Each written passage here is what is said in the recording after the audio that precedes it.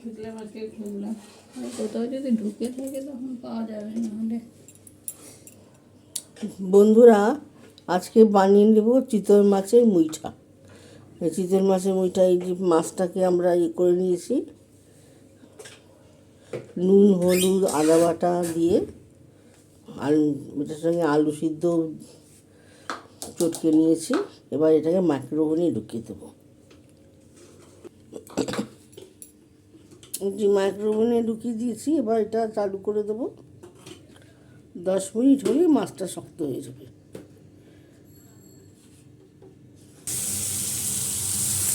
বন্ধুরা, কড়াইতে জিরে তেজপাতা টমেটো কাঁচা লঙ্কা ফোড়ন দিয়ে দিয়েছি, একটু নুন দিয়ে দিয়েছি।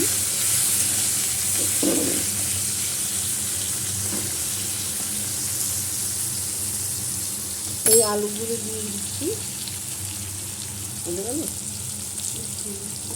এই আলুগুলো দিয়ে দিলাম।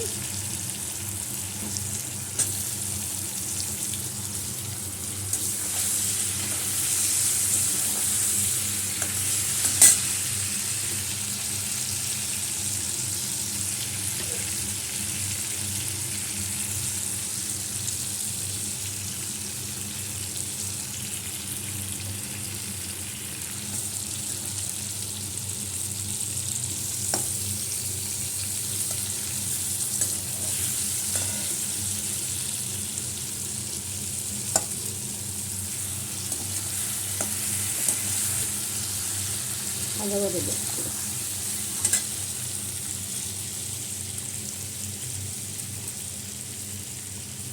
এই একটু আদা বাটা দিয়ে দিলাম। দেখো,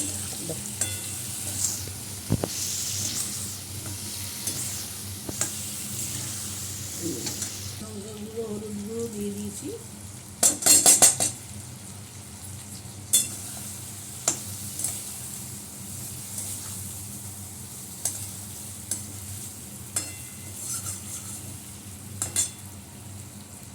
এই জল দিয়ে দিচ্ছি।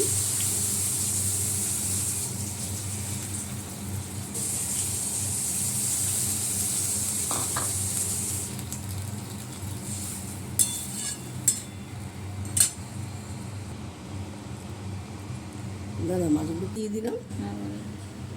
এটা আমার হোমমেড গরম মশলা।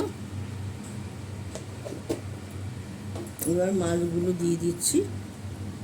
দেখুন মাছগুলো কি সুন্দর সিদ্ধ হয়ে গেছে।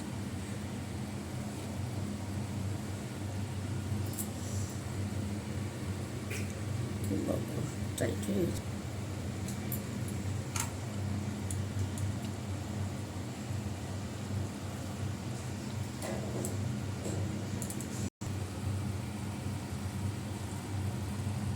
লাইক শেয়ার কমেন্ট করে দেবেন বন্ধুরা। আর এইভাবে চিতল মাছের মুইঠা বানিয়ে নেবেন, খুব ভালো লাগবে খেতে।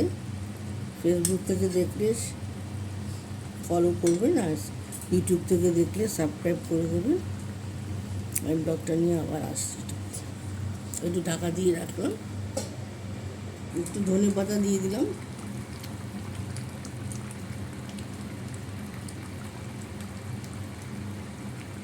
বন্ধুরা, আমার মাছ রান্না হয়ে গেল, চিতল মাছের মুইঠা। লাইক শেয়ার কমেন্ট করে দেবেন, আর এইভাবে বানিয়ে খাবেন, ভালো লাগবে খেতে। পুরোনো দিনের লোকেরা সবাই জানে এই রান্না, নিউ কামার যারা, তারা তো জানে না, তারা শিখবে। আগে দর্শনধারী, তারপরে গুণ বিচারী। আমি ওটা নামিয়ে দিচ্ছি।